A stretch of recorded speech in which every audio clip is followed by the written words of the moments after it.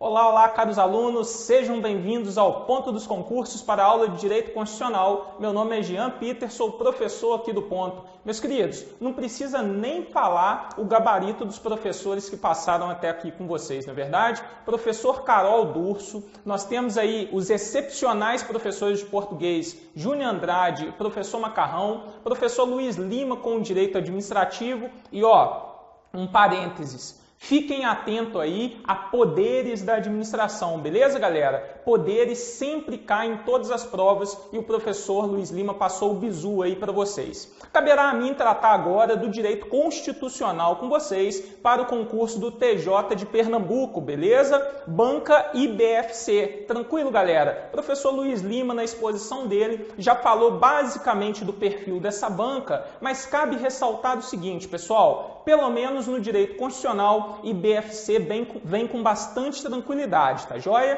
Quem está acostumado a fazer questão CESP, quem está acostumado a fazer questão FCC, quando chega para enfrentar as questões da IBFC, chega com bastante tranquilidade. A bem da verdade, a IBFC não é uma banca tradicional, na verdade, ela tende a se aproximar bastante daquela literalidade da lei, da literalidade da Constituição. Então, olha só, qual será o seu primeiro instrumento de estudo? A Constituição Federal, beleza? Já gravei uma aula demonstrativa que está lá no YouTube, onde eu falo basicamente ali do concurso, dou algumas dicas do edital mesmo, beleza? E gravei, se eu não me engano, inelegibilidades dentro de direitos políticos. Então, você já tem gratuitamente lá no YouTube uma parte do seu conteúdo de constitucional. Então, bora lá assistir. E hoje, galera, eu separei basicamente 2 tópicos aqui do edital para a gente tratar. Já vou mostrar aqui para vocês, beleza? Olha só, IBFC, você vai ler a Constituição Federal. Jean, vou falar aqui de princípios fundamentais. Primeiro item ali do seu edital. Hoje nós vamos esgotar princípios para você já ter uma questão garantida na sua prova, beleza? Falarei também de direitos de nacionalidade. Direitos de nacionalidade está dentro ali de direitos fundamentais, previsto basicamente no artigo 12, nós temos o artigo 13 também, que vai tratar dos símbolos da República, né? Você vai ter também uma questão garantida. Pincelarei algumas questões de poder judiciário, principalmente as disposições gerais, o organograma do poder judiciário, os órgãos do poder judiciário e com certeza ali também tem uma questãozinha. Beleza, galera? Se você for procurar questões da IBFC sobre todo o conteúdo do nosso edital, você não achará muitas questões. Então, qual que é o bizu, galera? Fazer as questões da IBFC correspondentes ao tema que nós estamos vendo, beleza? Então, vi hoje com o Jean princípios fundamentais da República. O que eu vou fazer? Pegar a questão da IBFC, fazer e matar, arrebentar com isso. Depois, pega uma questão de banca semelhante, banca que traz a literalidade da lei também, e você verá, meu amigo, que o seu sucesso será garantido. Galera, olha só. A gente não precisa aqui ficar tecendo estratégia de estudo, até porque cada um tem a sua metodologia e ela é mais eficiente de acordo com o seu perfil, beleza? Mas uma coisa é certa, por favor. Nós veremos aqui hoje alguns temas do direito constitucional que são muito incipientes, são muito elementares. Então eu tenho 2 notícias para te dar a respeito dos temas de hoje. Primeiro, você vai acertar na sua prova e, segundo, o seu concorrente tem um grande potencial de acertar também. Significa que se você errar o que a gente vai tratar na aula de hoje, você vai estar dando um passo atrás em comparação ao seu concorrente, beleza? E isso a gente não pode admitir. Meus queridos, no final da aula de hoje sortearemos aí 6 cursos, beleza? Para a galera aí que está assistindo. Vai acompanhando a aula aí, no final da exposição a gente fará o sorteio. Beleza? Tranquilo? Sem delongas, depois o Ícaro vai postar ali para mim para ver quem está online, eu vou cumprimentar cada um, beleza? E vamos aqui para a tela, pessoal. Olha só, quando você vai olhar o seu edital IBFC Pernambuco para técnico na área administrativa, você chega a ficar doido, não chega? Fala a verdade. Olha a quantidade de conteúdo que tem aqui. Mas, meus queridos, fiquem absolutamente tranquilos, porque esse conteúdo é comum em vários concursos públicos. Significa que se você já vem estudando, você vai se deparar aí com absoluta tranquilidade com o conhecimento que você já viu. E se você está começando a estudar agora, fique tranquilo, porque você vai ver que nas nossas exposições o conteúdo será direcionado de acordo com o que a questão vai te cobrar, beleza? Principalmente na IDFC, nós não vamos ficar adentrando aqui em grandes discussões doutrinárias, não vamos ficar adentrando em grandes pontuações jurisprudenciais, porque esse não é o perfil da sua banca, beleza? Cada banca tem um perfil e a equipe do Ponto trabalha sempre direcionado para o perfil, para você ganhar tempo. Mas olha só, no item 1 você vai ter Constituição, conceitos, classificações, são partes mais teóricas aqui, beleza? E princípios fundamentais. Deixa eu marcar a canetinha aqui. Princípios fundamentais veremos na aula de hoje. Então, você já vai eliminar uma questão aqui da sua prova. Uma você já acerta, beleza? Tranquilo? Direitos e garantias fundamentais. Todo mundo sabe que incorporam aqui direitos individuais e coletivos, os direitos sociais, nacionalidade veremos hoje, então você já mata mais um tópicozinho aqui do seu edital, beleza? Cidadania e direitos políticos, partidos políticos. Basicamente, artigo 5º ao artigo 17. Na organização político-administrativa da República, você vê artigo 18, você vê artigo 19 e você verá comigo as disposições da União, Estados, Distrito Federal, municípios, territórios, veremos distribuição de competência, ou seja, uma pá de coisa. Lógico, não na aula de hoje, beleza? Administração pública, meus queridos. Disposições gerais e servidores públicos do 37 ao 41. Faz o seguinte para mim, marca asterisco, ó, marca aqui asterisco em administração pública, que certamente vem uma questão da sua prova, beleza? Poder Legislativo, Congresso Nacional, Câmara dos Deputados, Senado e disposições atinentes ao Estatuto dos Parlamentares, englobando deputados e senadores. Meus queridos, aqui pode ter uma questão? Pode, se vier uma questão bem simples, beleza? A respeito aqui da eleição dos deputados, eleições dos senadores, mandatos parlamentares, como que funciona cada um, conhecimento bem básico, bem tranquilo, e nas disposições de deputados e senadores veremos ali Estatuto dos Parlamentares.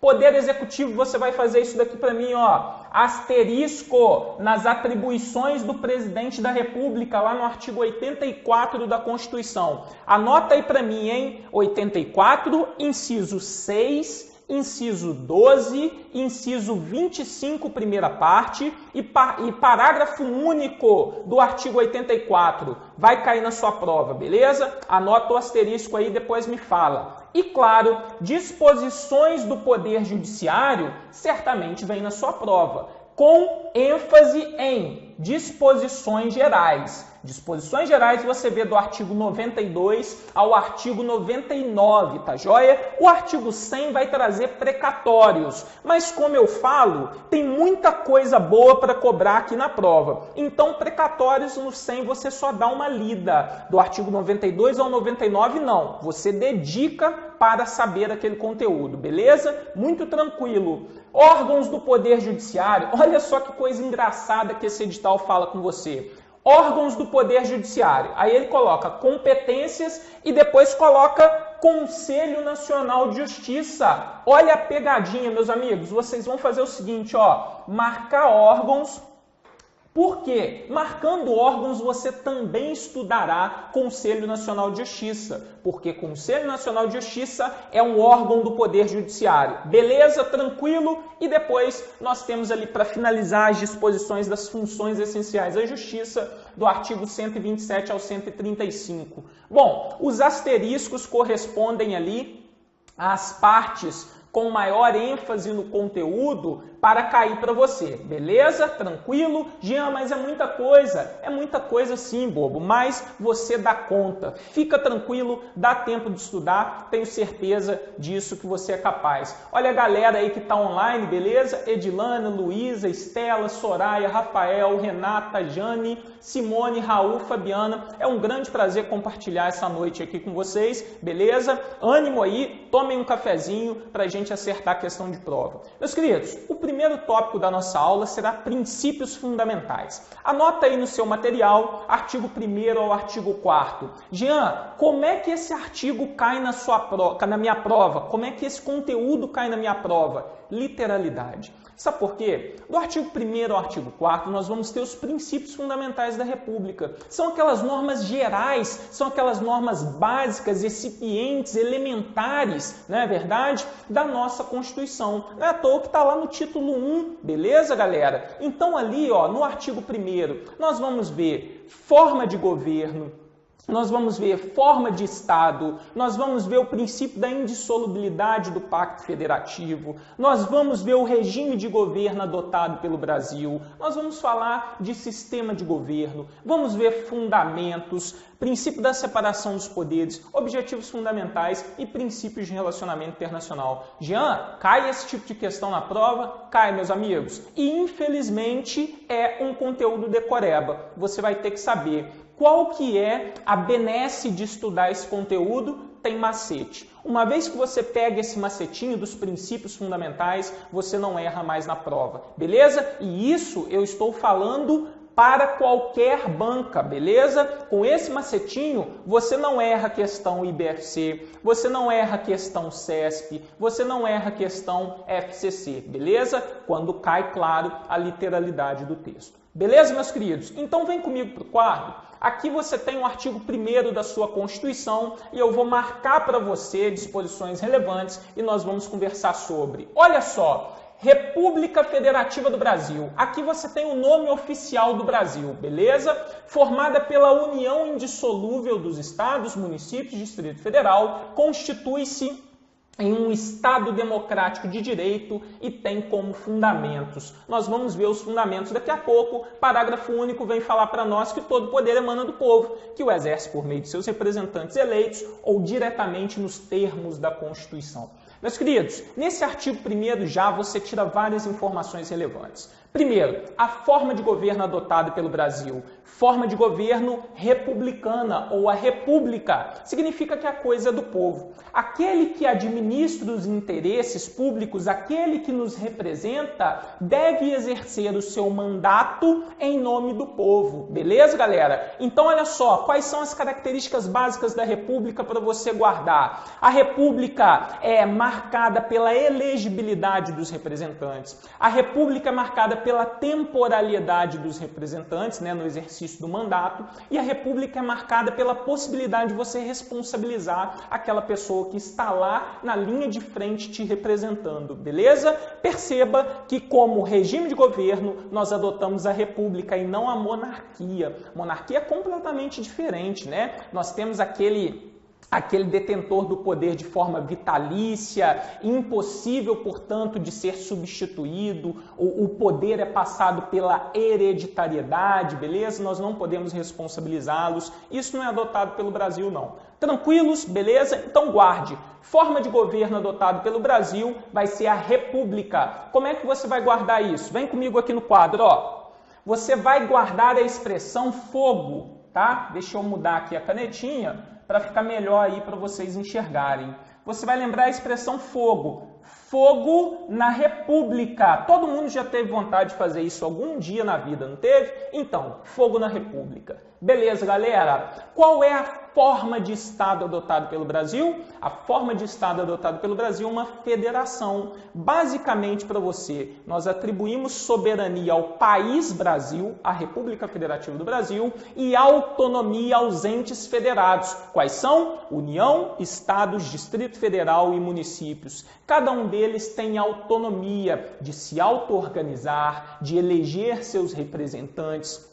de administrar seus interesses e de criar as suas leis próprias. Beleza? Tranquilo? Autonomia. Meus queridos, ao lado da forma federativa de Estado, nós temos necessariamente o princípio da indissolubilidade do Pacto Federativo. É vedado o direito de secessão. Portanto, se, por exemplo, o Estado de Pernambuco quisesse se separar da República Federativa do Brasil, ora, a União, pessoal, por meio de um decreto do presidente da República, iria intervir no Estado de Pernambuco para cessar o movimento separatista. Percebe? Então nós temos uma forma de Estado na federação e esta federação, esse vínculo federativo é indissolúvel, beleza? O Estado de Pernambuco, por exemplo, pode dividir o seu território para formar 2 outros estados? Pode, sem problema nenhum. O Estado de Pernambuco poderia se separar da República Federativa do Brasil? De forma nenhuma, beleza?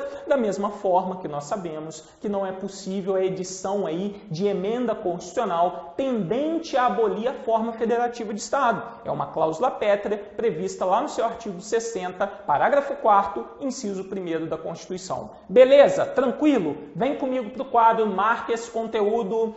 Forma de Estado é uma federação.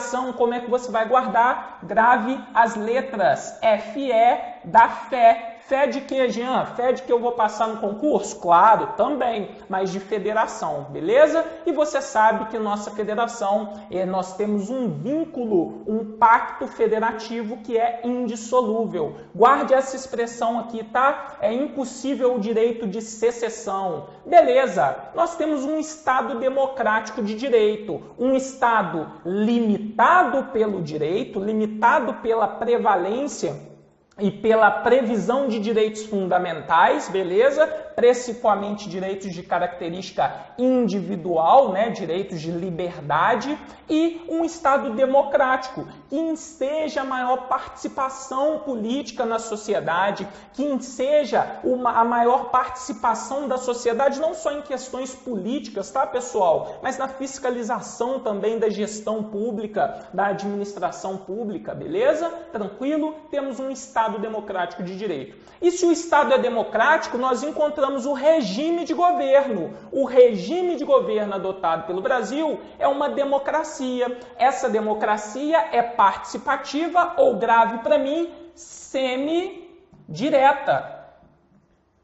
Jean, por que democracia participativa ou semidireta? Ora, porque olha o que diz para nós o parágrafo único. Todo poder emana do povo, que o exerce por meio de seus representantes eleitos ou diretamente nos termos da Constituição, como o caso do voto, o caso do sufrágio universal, plebiscito, referendo, iniciativa popular. Você vê esse conteúdo comigo dentro do tópico Cidadania e Direitos Políticos, beleza? Então, ó, regime de governo, Jean, tem macete para gravar? Tem. Você tem o rego democrático. E aí eu te pergunto, o que é um rego democrático? O rego democrático é um regime de governo adotado pelo Brasil, a democracia participativa. Beleza? Tranquilos? Galera, e o sistema de governo para vir de tabela? É o sistema de governo presidencialista. Você vai lembrar o seguinte, ó, sigo quem, Jean? O presidente. Aí você fala para mim, de forma nenhuma, não lembra de política agora não, beleza? Lembra da sua prova que você precisa ser aprovado. Então você vai lembrar, sigo presidente, vai lembrar de presidencialista.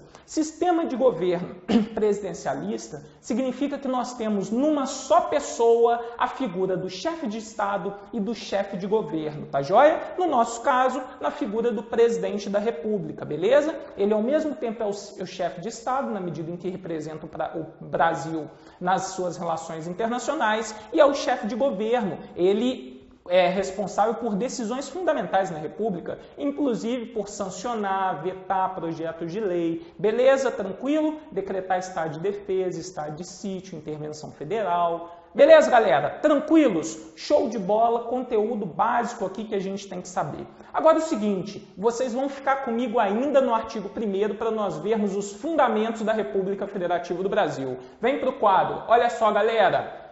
Nós temos os fundamentos da República materializados em Soberania, cidadania, dignidade da pessoa humana, valores sociais do trabalho da livre iniciativa e o pluralismo político. Jean, como é que eu vou gravar esses fundamentos? Galera, macetinho, ó, Socidivaplu, você vai pegar as iniciais de cada fundamento e vai formar essa expressão Socidivaplu. O que quer dizer isso, Jean? Soberania, cidadania, dignidade da pessoa humana, valores sociais do trabalho da livre iniciativa e o pluralismo político. É assim que você vai gravar os fundamentos da República. Combinados? Beleza? Tranquilos? Bom demais. Olha o artigo 2º, galera. O artigo 2º vai trazer quais são os poderes independentes e harmônicos na República. Nós temos o Legislativo, o Executivo e o Judiciário. Na aula de cada tema, a gente explica quais são as funções precípuas de cada um dos poderes.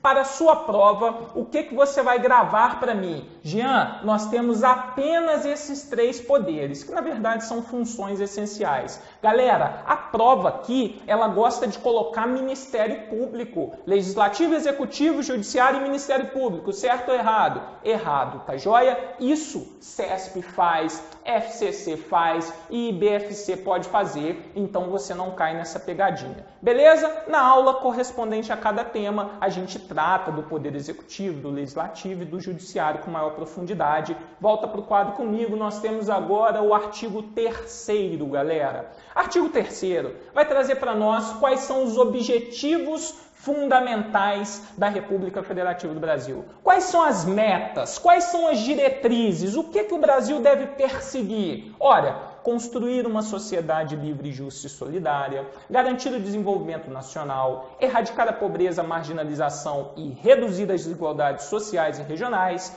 promover o bem de todos sem preconceitos de origem, raça, sexo, cor, idade, quaisquer outras formas de discriminação. Meus queridos, tem que saber, não há opção. Qual é o macetinho da aula de hoje para vocês gravarem os objetivos? Com GAERPRO. Com GAERPRO corresponde às iniciais também dos objetivos fundamentais. Construir uma sociedade livre, justa e solidária, garantir o desenvolvimento nacional, erradicar a pobreza e promover o bem de todos. Beleza? Tranquilos? Galera, se vocês gravarem esses 2 macetinhos, 70% de questão desse tema, vocês já acertam, tá joia? 30%, Jean, fica por parte dos princípios de relacionamento internacional. Quais são as diretrizes que o Brasil irá observar nas suas relações internacionais? Vem comigo para o artigo 4º. Olha só, galera, são 10. Independência nacional, prevalência dos direitos humanos, e faz um asterisco aqui para mim, sabe por quê? Tem dignidade da pessoa humana como fundamento, e aqui é prevalência dos direitos humanos. O que prova gosta de fazer? Colocar fundamento onde é princípio, colocar princípio onde é fundamento. Já a gente vai ver questão assim.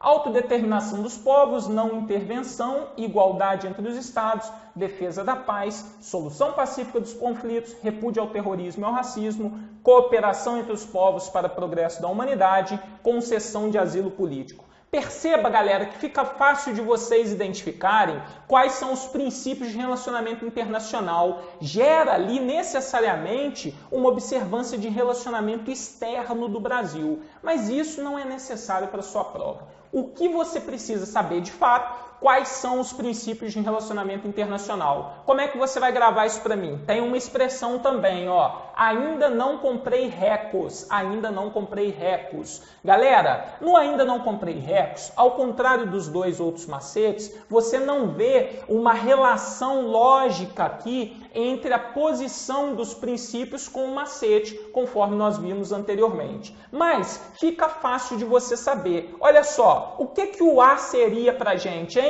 Vamos lá. Autodeterminação dos povos, independência nacional, defesa da paz, não intervenção, concessão de asilo político, prevalência dos direitos humanos, cuidado com a prevalência, tá? Igualdade entre os Estados, repúdio ao terrorismo e ao racismo, cooperação entre os povos para o progresso da humanidade e solução pacífica dos conflitos. Com esse macetinho você consegue decorar quais são os 10 princípios de relacionamento internacional. Se já viu, ótimo, você já sabe. Se não viu, não se preocupe, você não vai conseguir decorar agora, mas na hora que revisitar o conteúdo, tenho certeza que a hora que ele grudar não vai sair da sua cabeça.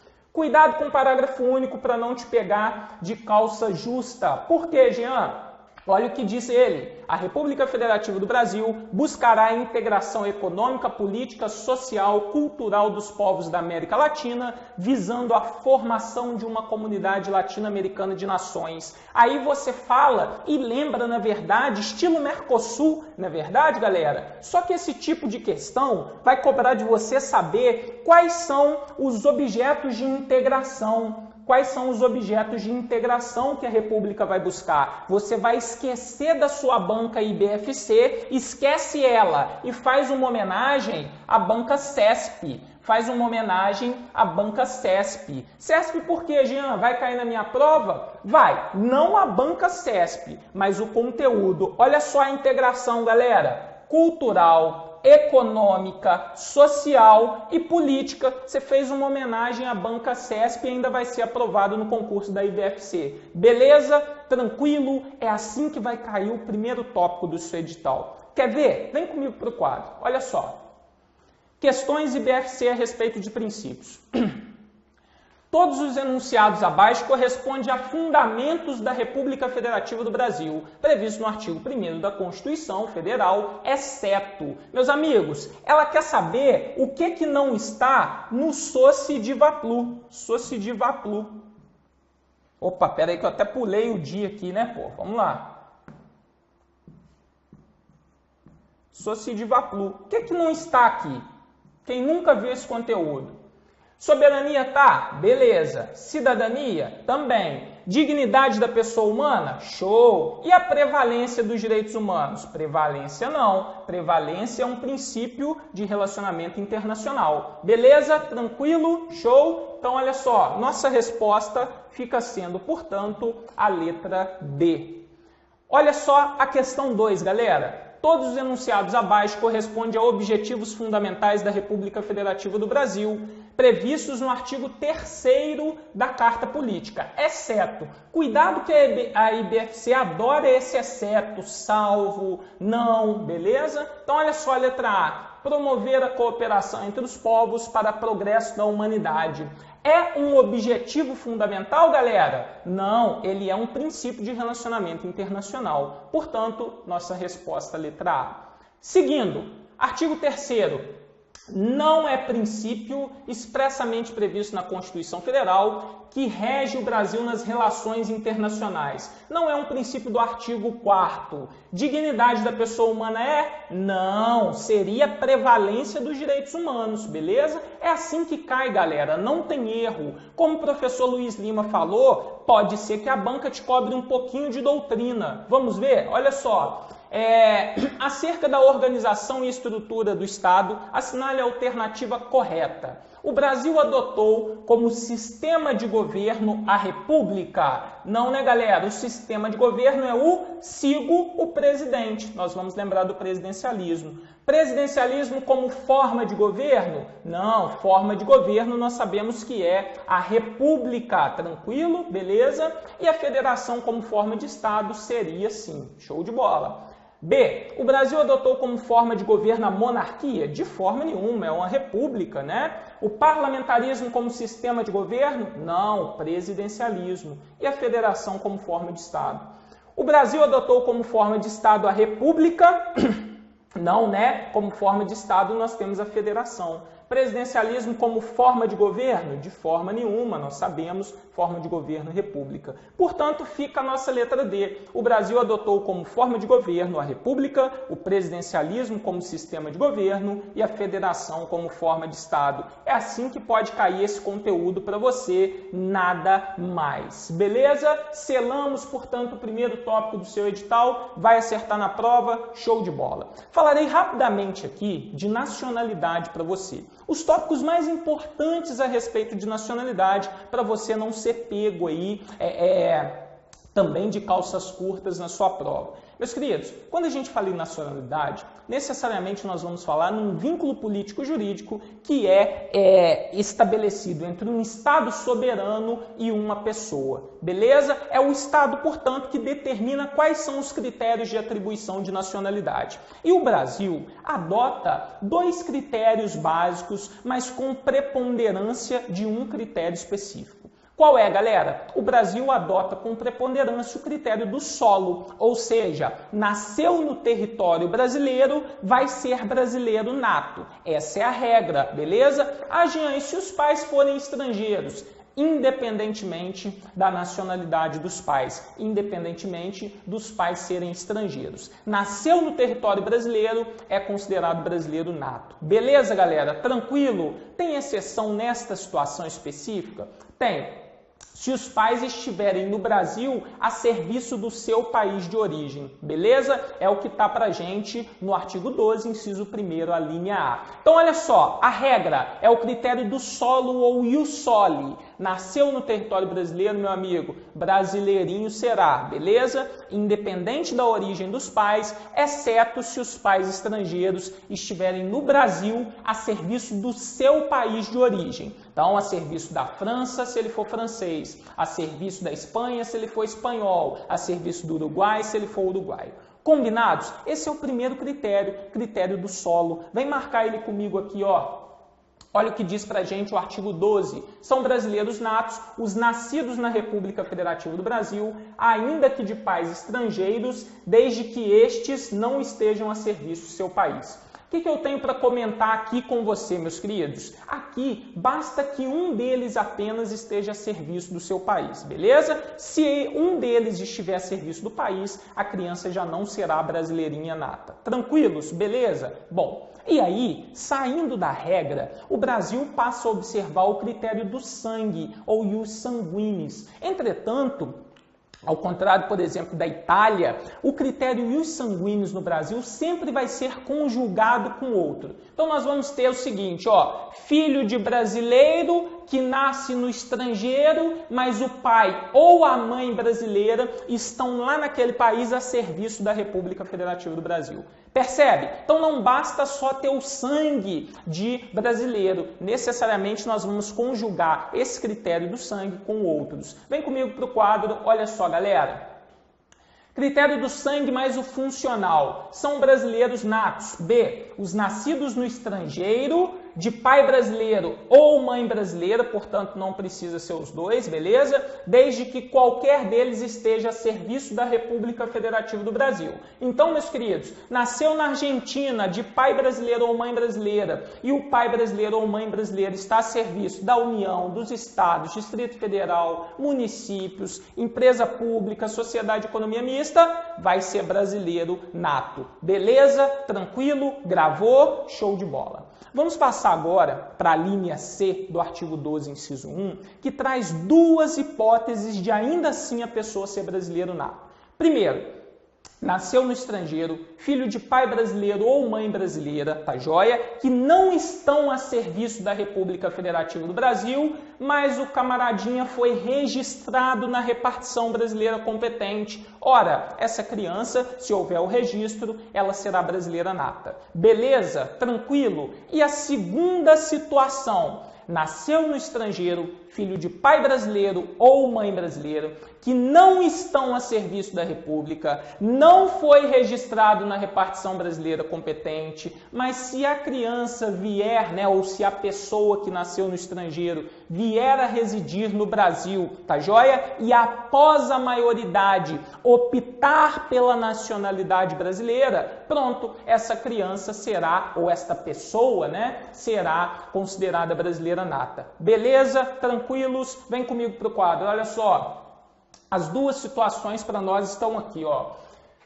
Brasileiros natos, os nascidos no estrangeiro de pai ou mãe brasileira, beleza? Desde que sejam registrados em repartição brasileira competente. Por exemplo, o consulado, beleza? E a segunda situação, galera? Ou venham a residir na República Federativa do Brasil e optem a qualquer tempo, né, ou em qualquer tempo, depois de atingida a maioridade, pela nacionalidade brasileira. Perceba o seguinte, a criança pode vir para cá quando menor, tranquilo, beleza, mas somente poderá fazer a opção pela nacionalidade brasileira após a maioridade. E a qualquer momento, ela pode estar com 40, 50, 60 anos, até antes de morrer, ela pode fazer a opção pela nacionalidade brasileira. Beleza? Tranquilos? Galera, bom demais. Olha só, para vocês saberem nacionalidade, a nata basta, tá joia? Mas não necessariamente. Vocês têm que saber também a nacionalidade adquirida ou secundária. Aquela brincadeira, né? Nacionalidade nata basta. Não, não basta. Galera, nacionalidade secundária ou adquirida é aquela situação em que um estrangeiro opta pela nacionalidade brasileira, beleza?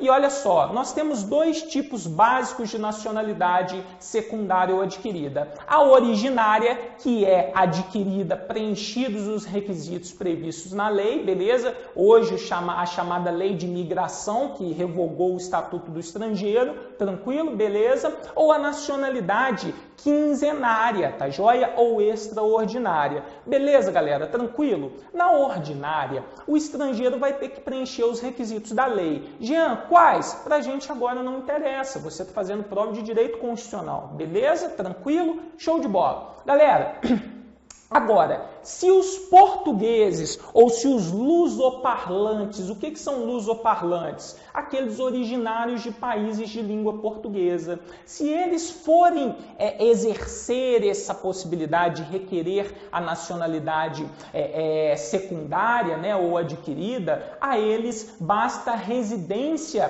por 1 ano ininterrupto e idoneidade moral no país, no Brasil. Com isso, ele tem a possibilidade de adquirir a nacionalidade brasileira secundária. Beleza, galera? Pela naturalização ordinária. É importante que você saiba o seguinte, que nesta situação o país age de forma discricionária, ou seja, o Brasil não está obrigado a conceder a naturalização para o sujeito. Beleza? Vem ver ela comigo no quadro. Olha só, pessoal.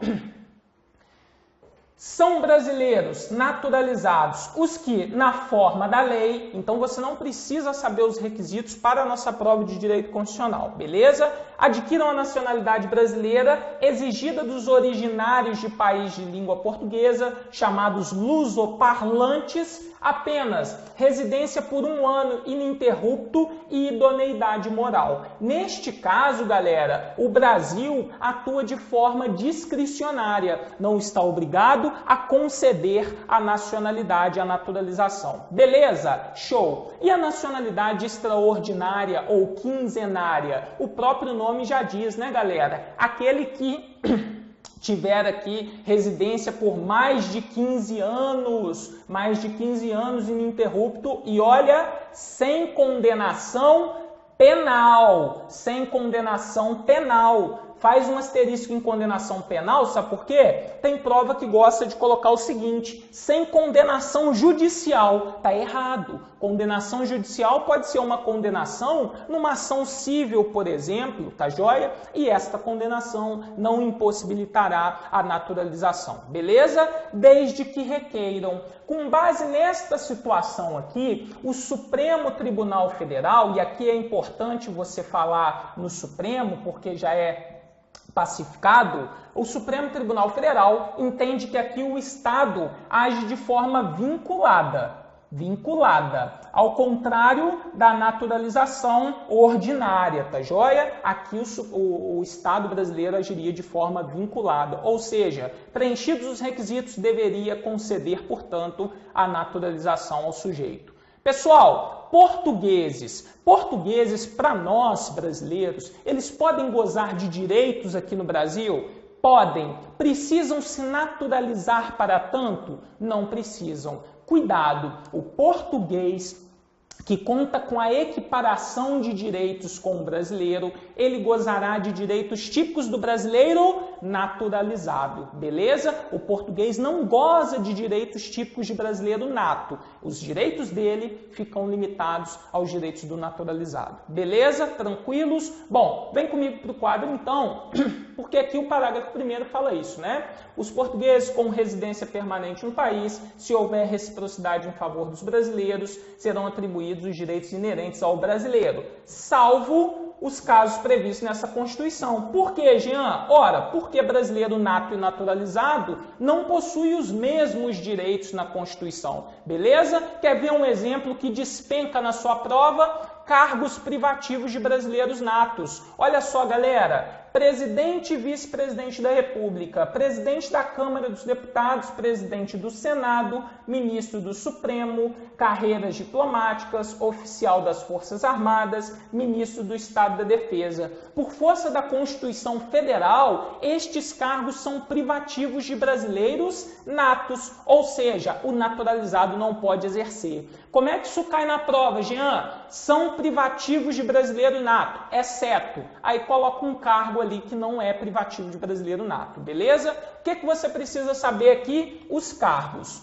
Todos eles, tranquilo? Com o apontamento necessário que do presidente ao ministro do Supremo, nós temos aqui os cargos que compõem a linha de substituição da presidência da República, beleza? Se o presidente da República faltar, quem assume é o vice-presidente. Se o vice-presidente faltar, quem assume? O presidente da Câmara. Se o presidente da Câmara faltar, presidente do Senado e depois o presidente do Supremo Tribunal Federal, beleza? Linha sucessória ali e de substituição da presidência. E aqui os demais cargos estão ligados à segurança do Estado. Jean, preciso gravar isso tudo? Precisa. Como é que você vai fazer? Você que está aí na sua casa me ouvindo e assistindo música e ouvindo música ao mesmo tempo, você vai lembrar da expressão mp3.com.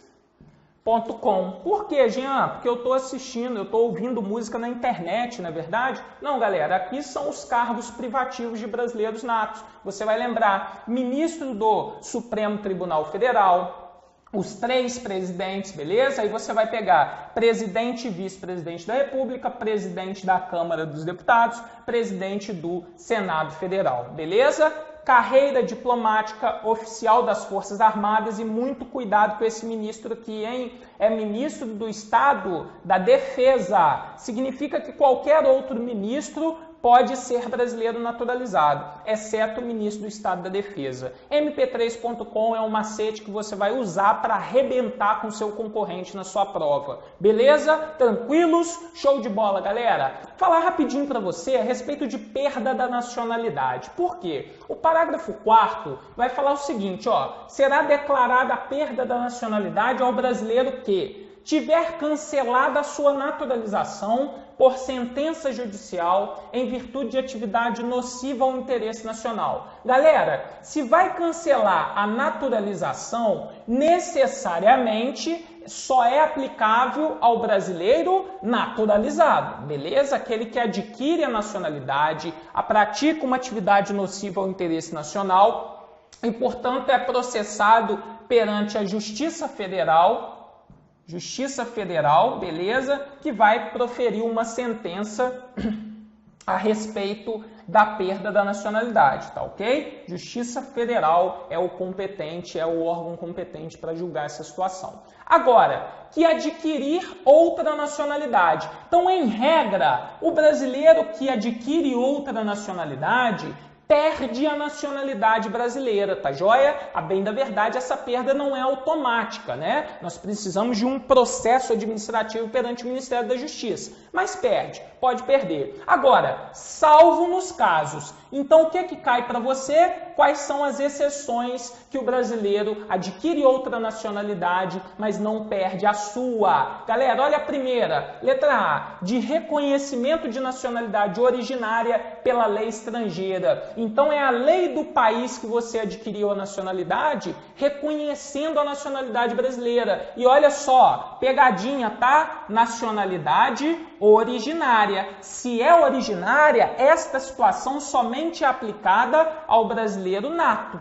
somente aplicada ao brasileiro nato, beleza? E a linha B, de imposição de naturalização pela norma estrangeira ao brasileiro residente no estado estrangeiro como condição para permanência em seu território ou exercício dos direitos civis. Aqui o sujeito não tem opção, ele tem que requerer a naturalização daquele país para permanecer naquele território, para exercer os seus direitos civis. Neste caso, nós temos a aplicação tanto ao brasileiro nato quanto ao brasileiro naturalizado, tá joia? Naturalizado, beleza? Show de bola, pessoal? Tranquilos? Bom, olha só, vamos abraçar as questões da IBFC a respeito do tema. E essa caiu em 2017, hein? Perceba como esse conteúdo é importante, faz um asterisco aí. Vamos lá. Considerando as normas da Constituição Federal, assinale a alternativa correta sobre os nascidos na República Federativa do Brasil,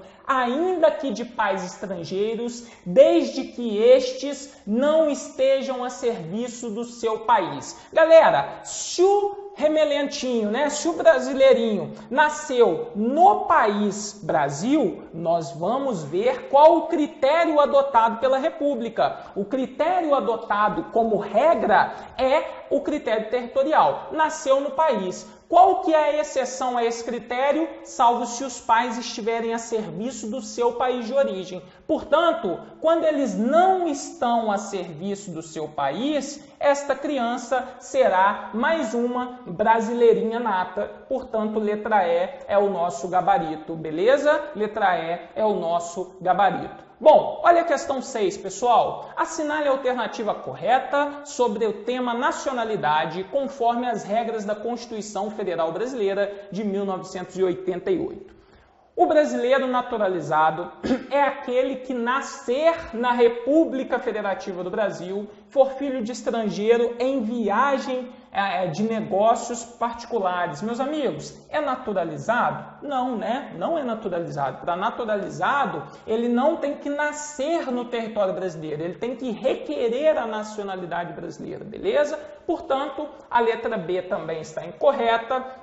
Vamos ver a letra C. É brasileiro naturalizado aquele que adquirir a nacionalidade brasileira, exigidas em qualquer caso apenas residência por 1 ano ininterrupta e idoneidade moral? Em qualquer caso não, né? Nós exigimos esses requisitos, né, menores aos originários de país de língua portuguesa, aos lusoparlantes. Letra D. É brasileiro nato aquele que nascer no estrangeiro, filho de pai brasileiro e mãe brasileira, desde que ambos estejam a serviço da República Federativa do Brasil. Olha a pegadinha, ambos não, tá joia, pessoal? Qualquer deles estando a serviço da República, esse brasileirinho já será nato, beleza? Portanto, letra E é só correr pro abraço, olha que beleza. É brasileiro nato aquele que nascer na República Federativa do Brasil e for filho de estrangeiro em virtude de viagem de turismo. Sujeito veio aqui pro Brasil, ó, e veio pular carnaval, a mulher estava grávida, quando vê, pulou a criança aqui no território brasileiro também. Essa criança será brasileira nata. Beleza? Tranquilo? E olha a questão que eu falei com vocês do mp3.com. mp3.com, é só marcar, olha só, não é privativo de brasileiro nato o cargo de, meus amigos, ministro do Superior Tribunal de Justiça. Não é um cargo privativo de brasileiro nato. Por quê? Ministro que a gente tem aqui é ministro do STF, Supremo Tribunal Federal, beleza? E não do Superior Tribunal de Justiça. Já já a gente vai ver a diferença entre eles. Tranquilo? O restante todos são aqui privativos de brasileiro nato. Então, esse tipo de questão que eu trouxe para vocês despenca em qualquer prova. Cuidado com elas aí para o nosso tribunal, beleza? Tranquilos? Meus amigos, estrutura do Poder Judiciário, comentar com vocês aqui brevemente, tá joia? Brevemente, só para vocês verem a relevância disso daqui. Olha só, quando nós vamos falar em órgãos do Poder Judiciário, você já vai fazer um asterisco no artigo 92 da sua Constituição. Este conteúdo cai demais em prova. São órgãos do Poder Judiciário, exceto. E aí, se você não lembra quais são os órgãos do Poder Judiciário, você acaba se estrepando, beleza? Então, artigo 92 ao artigo 99, como eu falei com vocês, é leitura obrigatória. E no 92 traz basicamente os órgãos do Poder Judiciário. Galera, nosso poder na República Federativa do Brasil é uno e indivisível. A jurisdição, que é a atribuição exercida pelo Poder Judiciário, é una e indivisível. Então, por que nós temos todos esses órgãos? Para prestar a tutela de forma mais eficiente, de forma adequada, de forma que o Estado consiga resolver os conflitos de interesse que surgem na sociedade brasileira de maneira adequada, tempestiva e eficiente. Por isso nós temos aqui cada órgão com sua competência. Beleza, galera? Tranquilos? Nós vamos ter a distribuição dos órgãos do Poder Judiciário organizados em justiça especializada e em justiça comum. Justiça especializada vai abarcar Justiça do Trabalho, vai abarcar Justiça Eleitoral, vai abarcar Justiça Militar da União. São aquelas justiças, né, entre aspas, são aqueles órgãos do Poder Judiciário que tratam de matérias específicas, beleza? São chamados de Justiça Especializada. Do outro lado, temos a Justiça Comum, integrada pela Justiça Federal e pela Justiça dos Estados. E aí você vai gravar para mim o seguinte, ó, a Justiça Federal, ela tem as competências previstas na Constituição Federal. Em primeira instância, principalmente o artigo 109. E a Justiça Estadual, Jean? Ora, a Justiça Estadual, ela é residual, ela fica com tudo que sobra. Cai ali direito de família, sucessões, beleza? Tudo que não cair para a Justiça Especializada, não cair para a Justiça Federal, por consequência, vai ser de competência da Justiça Estadual. Beleza? O que eu vou te apresentar aqui? Os órgãos do Poder Judiciário e vamos falar de mais algumas coisas. Vem comigo para o quadro. Se você souber este slide, você acerta muita questão de prova. Galera, aqui ó, nessa linha, nós temos a justiça organizada em primeira instância. Primeira instância, tá joia? Juiz de direito na Justiça Estadual, juiz federal, juiz do trabalho, juiz eleitoral, né? Nós temos aqui. E nós temos os conselhos de justiça na Justiça Militar da União. Aqui acima nós temos os órgãos do Poder Judiciário organizados em segunda instância. Segunda instância, tá joia? Nós temos aqui a primeira instância e a segunda instância. Tribunais de Justiça, que você fará aí, ó, para o glorioso estado de Pernambuco, beleza? Tribunais regionais federais, tribunais regionais do trabalho, tribunais regionais eleitorais e na Justiça Militar da União, nós não vemos em segunda instância. Agora, cuidado aqui em cima. Aqui você já vai falar dos tribunais superiores, beleza? Tribunais superiores. Guardem quais são, porque normalmente a Constituição fala os tribunais superiores. Se você não souber quais são, acaba se estrepando, não é verdade? Então nós temos ó, o STJ, Superior Tribunal de Justiça, o TST, Tribunal Superior do Trabalho, TSE, Tribunal Superior Eleitoral, e o STM, Superior Tribunal Militar. Beleza? Tranquilo? E como órgão de cúpula do Poder Judiciário, nós temos o Supremo Tribunal Federal. É o guardião da Constituição, é quem dá a última palavra. Beleza? Tranquilos? Show de bola. Meus amigos, percebam o seguinte, olha só. Pegadinha de prova aqui para você. E esse tal de CNJ? CNJ é um órgão do Poder Judiciário? É, beleza, CNJ é um órgão do Poder Judiciário. CNJ exerce jurisdição? Exerce o poder de dizer o direito? Não. E aí que muita gente cai em pegadinha de prova. O CNJ é um órgão do Poder Judiciário, mas ele não exerce jurisdição. Tá vendo? Então cuidado. CNJ é um órgão de controle interno do Poder Judiciário. Ele cuida da fiscalização, né, administrativa e financeira dos órgãos do Poder Judiciário e do cumprimento dos deveres funcionais pelos juízes, pelos magistrados, tá joia? No nosso curso de Direito Constitucional, a gente disseca a CNJ. Por quê, galera? Tem chance de cair na prova? 2 asteriscos em CNJ, tá? Porque lembrem que o seu edital, como eu destaquei lá no início, ele traz órgãos do Poder Judiciário e logo depois traz CNJ, composição e competências. Então perceba, galera, ele está te dando uma dica. Vai cair CNJ na sua prova, beleza? Tranquilo? Dentre os órgãos do Poder Judiciário, quais são os mais importantes para você estudar para efeito de prova? Supremo Tribunal Federal, tem que saber Supremo, não tem jeito. Principalmente as competências originárias do Supremo, tá joia? CNJ, tem que saber, é indispensável saber o CNJ. Então já anota aí o 103B da sua Constituição para dar uma olhada em CNJ também. É sempre relevante saber as disposições atinentes à Justiça Federal, tá joia? Então, os juízes federais, principalmente no 109, é sempre relevante, e as disposições atinentes à Justiça Estadual também acabam sendo pertinentes, né? Mas aí você vai lá no 125 da Constituição, mas a tratativa da Justiça Estadual na Constituição Federal é muito pequena, justamente em decorrência da autonomia dos estados para tratar da sua própria organização judiciária. Beleza? Vem comigo para o quadro rapidinho. Olha só, o que eu quero falar com vocês? Então, o Conselho Nacional de Justiça não julga, tá? Ele não exerce jurisdição. Ele é um órgão de controle interno da atuação administrativa e financeira do Poder Judiciário e do cumprimento dos deveres funcionais dos juízes, beleza? Cuidado, tá? Vou até colocar aqui com outra cor. Supremo Tribunal Federal, Conselho Nacional de Justiça e os tribunais superiores tem sede na capital federal. Tem sede na capital federal, tá joia?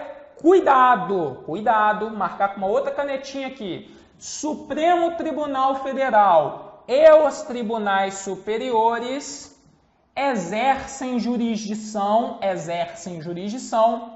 em todo o território nacional, beleza? Significa que as decisões no Poder Judiciário podem advir de qualquer estado da federação que, se tiver no ramo de competência, pode chegar nesses tribunais, beleza, galera? Tranquilo? Vocês vão lembrar para mim o seguinte, Supremo Tribunal Federal e Superior Tribunal de Justiça, então, ó, STJ e Supremo Tribunal Federal são órgãos de superposição.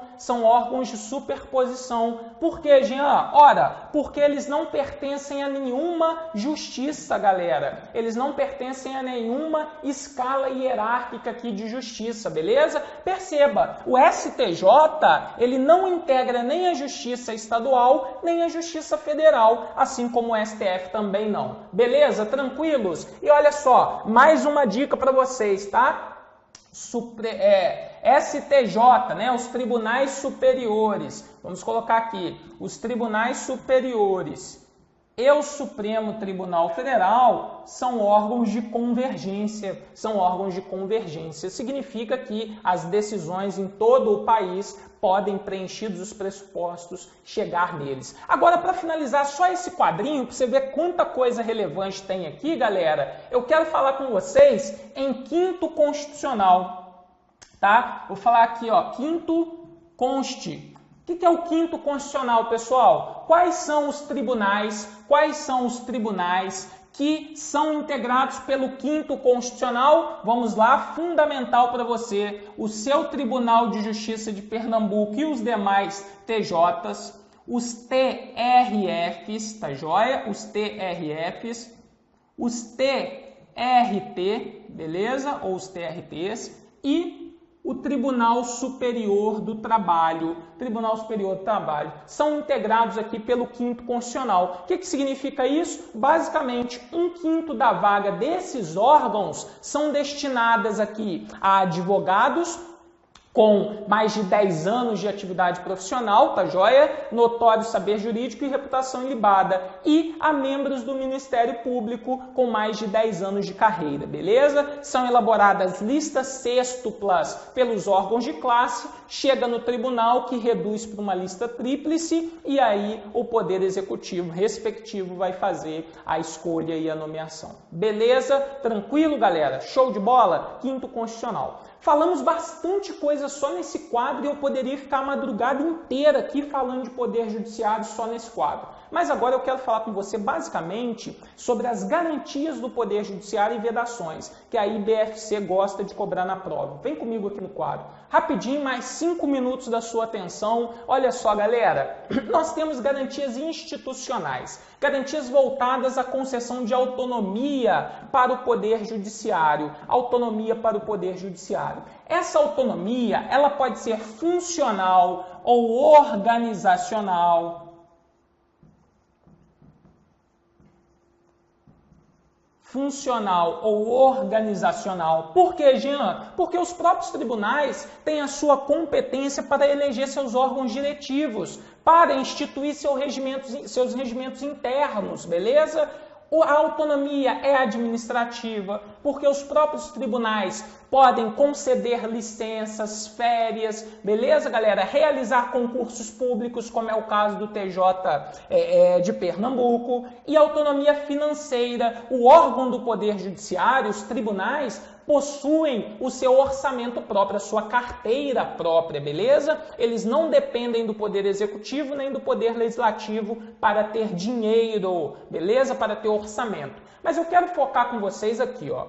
Garantias de independência e garantias de imparcialidade. As garantias de independência, meus queridos, elas vão servir para que o magistrado exerça a sua tarefa, exerça a sua atribuição sem medo de ser feliz, sem medo de perseguições. São fundamentais aí, caem em todas as provas. Nós temos vitaliciedade, inamovibilidade e irredutibilidade de subsídios. Perceba o seguinte, o que é a vitaliciedade? Primeiro, é a garantia que o magistrado tem de, após adquirida, não perder o seu cargo, salvo por uma sentença judicial transitada em julgado, tá joia? Enquanto isso, antes de completar o período da vitaliciedade, ele pode perder o cargo por decisão do tribunal ao qual está vinculado. Agora, muito cuidado, porque a vitaliciedade ela é adquirida após 2 anos de exercício, diferente da estabilidade de vocês, futuros servidores públicos. Estabilidade é após 3 anos, não é verdade? E aprovação em avaliação especial de desempenho.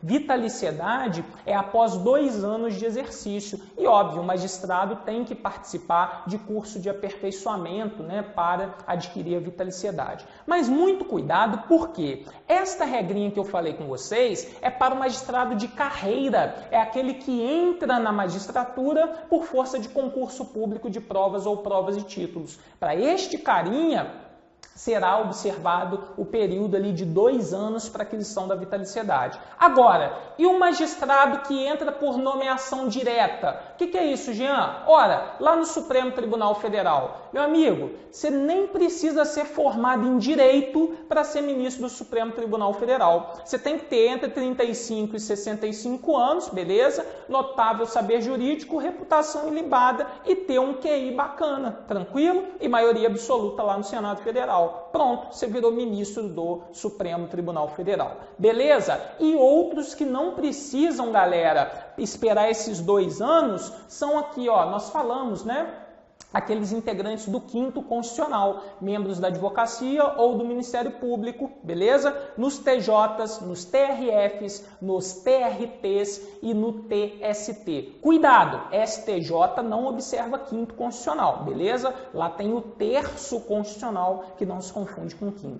Meus amigos, para esses membros da magistratura que ingressaram pela nomeação direta, a vitaliciedade é adquirida a partir da posse. olha só a questão de prova que pode vir para você. A partir da posse, eles adquirem a vitaliciedade. Beleza? Cuidado com isso. Agora nós temos inamovibilidade. É a garantia que o magistrado tem de não ser removido sem a sua vontade daquela comarca. Beleza, pessoal? Agora, da inamovibilidade você tem que saber duas coisas. Ao contrário da vitaliciedade, para todos os magistrados ela é assegurada a partir da posse, beleza? Desde o início o cara já se torna inamovível. Mas você tem que saber, é a exceção, galera. Por força de interesse público,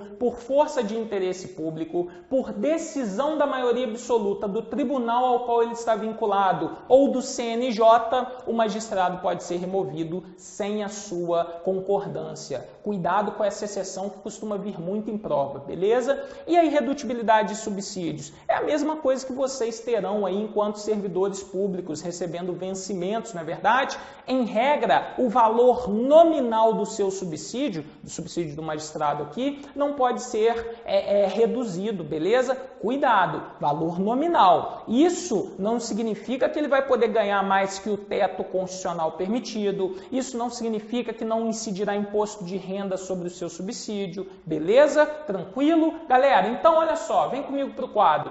Vimos aqui as garantias do magistrado, né? Vitaliciedade, inamovibilidade e irredutibilidade dos subsídios. Quero falar com vocês rapidamente do artigo 95, parágrafo único, para finalizar, porque aqui vai trazer as vedações aplicadas aos magistrados, justamente para ele não ser contaminado no exercício da judicatura, beleza? Olha só, exercer ainda que em disponibilidade outro cargo público, salvo uma de magistério. Aqui você tem que ter cuidado, que aqui sim merece ser ressaltado. O STF entendeu que, na verdade, aqui significa a função de magistério. Então, pode ser que um juiz exerça mais de uma função de professor, beleza? Vale lembrar, né? Cargo público, tá joia? Galera, receber a qualquer título ou pretexto custas ou participação em processo, beleza? Dedicar-se à atividade político-partidária, magistrado não pode. Receber a qualquer título ou pretexto auxílio ou contribuições de pessoas físicas, entidades públicas ou privadas, ressalvadas as exceções previstas em lei. Beleza. E exercer a advocacia no juízo ou tribunal do qual se afastou, antes de decorridos 3 anos do afastamento, por aposentadoria ou exoneração. É a famosa quarentena, não é verdade, pessoal? O prazinho de 3 anos merece ser guardado. Para finalizar, vamos dedicar as questões a respeito do tema. Olha só, de acordo com a Constituição Federal, é vedado, tá? Vale lembrar que vedado é proibido. Vedado é proibido, tranquilo? Bom, receber a qualquer título ou pretexto participação em processo judicial, salvo custas processuais, Claro que não, né, meus amigos? O magistrado não pode receber custas processuais, beleza? O magistrado não pode receber custas processuais. Exercer no juízo ou tribunal do qual se afastou, antes de decorridos 2 anos, do seu afastamento do cargo por aposentadoria ou exoneração. Galera, o prazinho aqui, na verdade, são 3 anos, beleza? São 3 anos. Dedicar-se à atividade político-partidária. Magistrado não pode dedicar-se à atividade político-partidária. É vedado, é proibido a dedicação à atividade político-partidária, beleza? E exercer qualquer outro cargo ou função, ainda que em disponibilidade. Nós temos aqui a exceção, né, galera? Aqui seria salvo a de magistério. Salva de magistério. Nossa senhora, que letra horrível. Salva de magistério. Então é vedado ao juiz dedicar-se à atividade político-partidária. Beleza? Tranquilos? Show de bola. Opa, pera lá. Relativamente às garantias da magistratura e às vedações impostas aos juízes, pode-se afirmar que a inamovibilidade garante o juiz, de modo absoluto, a impossibilidade de remoção sem o seu consentimento. Galera, de forma nenhuma, tá? De modo absoluto não, porque eu falei que pela maioria absoluta do tribunal, por exemplo, tá? Do Tribunal de Justiça ou do CNJ, é possível ali a remoção motivada por interesse público. Letra B. Aos juízes é vedado exercer outro cargo ou função, inclusive a de magistério, salvo neste último caso se estiver em disponibilidade. Não há essa limitação, beleza? Se ele pode exercer a função de magistério, ainda que em disponibilidade ou no exercício da sua atividade. Vamos lá. A irredutibilidade de subsídios torna os juízes imunes à tributação? De forma nenhuma, incide imposto de renda sobre o subsídio do juiz, beleza? Tranquilos? E aos juízes é vedado dedicar-se à atividade político-partidária, bem como receber a qualquer título ou pretexto custas ou participação em processo. Beleza? É a nossa resposta à letra D. E vamos ver por que a letra E está errada. A vitaliciedade é equivalente à estabilidade? De forma nenhuma. Vitaliciedade se difere totalmente da estabilidade. Tranquilo, galera? Essas foram as questões, esses foram os temas aí que eu julguei pertinente trazer para você na aula de hoje. Espero aí que tenha gostado, que tenha podido ajudar vocês aí em um tópico, em uma questão da sua prova. E depois, se quiserem, me adicionem lá nas redes sociais, tá? Meu Facebook está Jean Peter Guerraine. Digitando Jean Peter, eu acho que já dá para chegar lá. Façam comentários aí, se gostaram, não gostaram. Ajude o ponto a cada vez mais ajudar vocês, beleza? Como todos os professores falaram aqui, o foco é sempre a aprovação de vocês. Nós sempre tentaremos direcionar o conteúdo de modo a deixar você cada vez mais próximo de atingir o seu sonho. Beleza? Tranquilo? Agora tem sorteio para a galera, não é isso mesmo? Vamos lá com o Ícaro aqui, deixa eu deixar essas coisas aqui no canto. Vamos lá, galera, eu vou apertar. Aqui nós temos os cursos, tá? Vai pegar a telinha aqui. Videoaula de raciocínio lógico para técnico administrativo, videoaula noções de direitos da pessoa com deficiência, videoaula de direito constitucional para o técnico, direito administrativo, português e o pacote intensivo para o técnico. Então aqui vocês têm as isoladas e vocês têm no final o pacote, beleza, galera? Vou sortear aqui marcando na telinha aqui, beleza? Vai aparecer o número e o Ícaro depois vai falar aí para vocês quem ganhou. Então, pode apertar? Ó, apertando na frente de vocês, número 20. Luísa Luna. Luísa Luna. Luna, né? Luna. Luizinha, parabéns, tá? Você ganhou o primeiro aqui, raciocínio lógico para o Tribunal de Pernambuco. Beleza? Tranquilo? Vou fazer o próximo aqui. Pode ir? Então, ó, número 69. Estela Souza. Estela, você ganhou noções de direito da pessoa com deficiência com o professor Carol, beleza? Show de bola, parabéns. Pode ir lá? 111.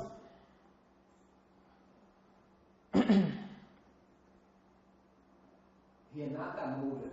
Renata Moura, parabéns, Renatinha, sucesso aí, você ganhou a minha matéria aí, Direito Constitucional para o TJ, beleza? Espero poder te ajudar aí no sonho da aprovação. Vamos lá? Pode ir? Número 96. Alisson Pontes. Alisson Pontes ganhou Direito Administrativo com o professor Luiz. Beleza, Alisson? Sucesso aí, Luiz vai te ajudar a alcançar o sonho da sua aprovação. Pode ir? Ó, vamos lá. 34. Viviane, o e-mail dela daqui está Viviane SS. Viviane SS, que está ali o seu cadastro no e-mail. Beleza, Vivi? Parabéns, você ganhou português em questões e provas comentadas. Ó, top de linha o conteúdo de português. Muita gente estava querendo esse. Parabéns, beleza? E vamos para o pacote agora? Quem vai ser o Felizardo, hein? Deixa eu apertar aqui, vamos lá. 70. Kelvinson. Meu querido, parabéns, ganhou o pacote aqui ó, de intensivo para o tribunal, ou seja, estudar aqui por conta do ponto, beleza? Tomara que nós consigamos, em conjunto, te auxiliar aí no sonho da aprovação. Meus queridos, foi um grande prazer estar com vocês até 11h32 da noite, beleza? Foi um grande prazer. Fiquem à vontade aí. No site do Ponto nós já temos todas as aulas para a galera que quiser adquirir, tanto o pacote quanto individuais. Prestem atenção no YouTube que nós temos várias aulas demonstrativas lá, beleza? Um grande abraço, fiquem com Deus e até a próxima, galera. Valeu!